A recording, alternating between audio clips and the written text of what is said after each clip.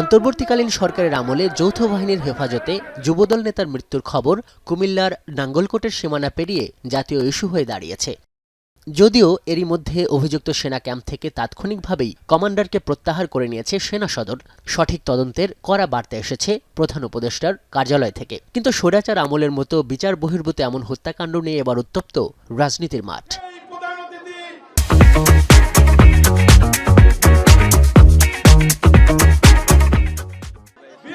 বিকেলে রাজধানীর উত্তরায় ঢাকা মহানগর উত্তর বিএনপি আয়োজিত বেগম খালেদা জিয়ার রোগমুক্তি কামনায় দোয়া মাহফিল ও শীতার্তদের মাঝে বস্ত্র বিতরণ অনুষ্ঠানে যোগ দেন দলের মহাসচিব।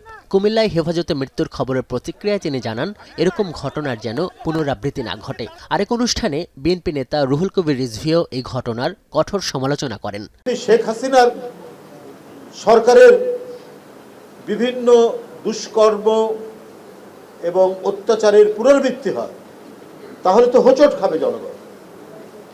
যদি ওই ছেলেটি অপরাধী হয়, তাকে গ্রেপ্তার করে আইনের আওতায় নিয়ে যেতে পারে, কিন্তু গ্রেপ্তার করে ভয়াবহ টর্চার করে মেরে ফেলে বাপ্পার কাছে ফেরত দেওয়া, এটা এই আমলে হবে কেন? আমরা অন্যায়ভাবে গ্রেপ্তার করার বিরুদ্ধে কথা বলেছি।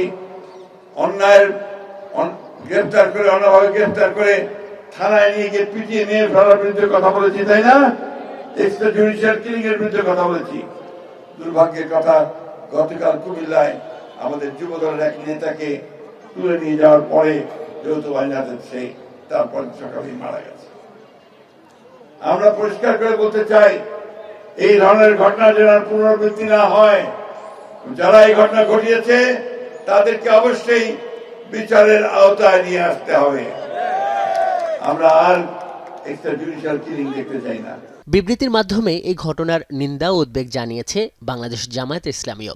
জামায়াত আমিরের ফেসবুকে প্রকাশিত এই বিবৃতিতে বলা হয়, পরিবর্তিত বাংলাদেশে এটা মোটেও কাম্য নয় এবং এরকম ঘটনা কেউ দেখতে চায় না। এই ঘটনার সঙ্গে জড়িত ব্যক্তিকে অবশ্যই জবাবদিহির মধ্যে আনতে হবে।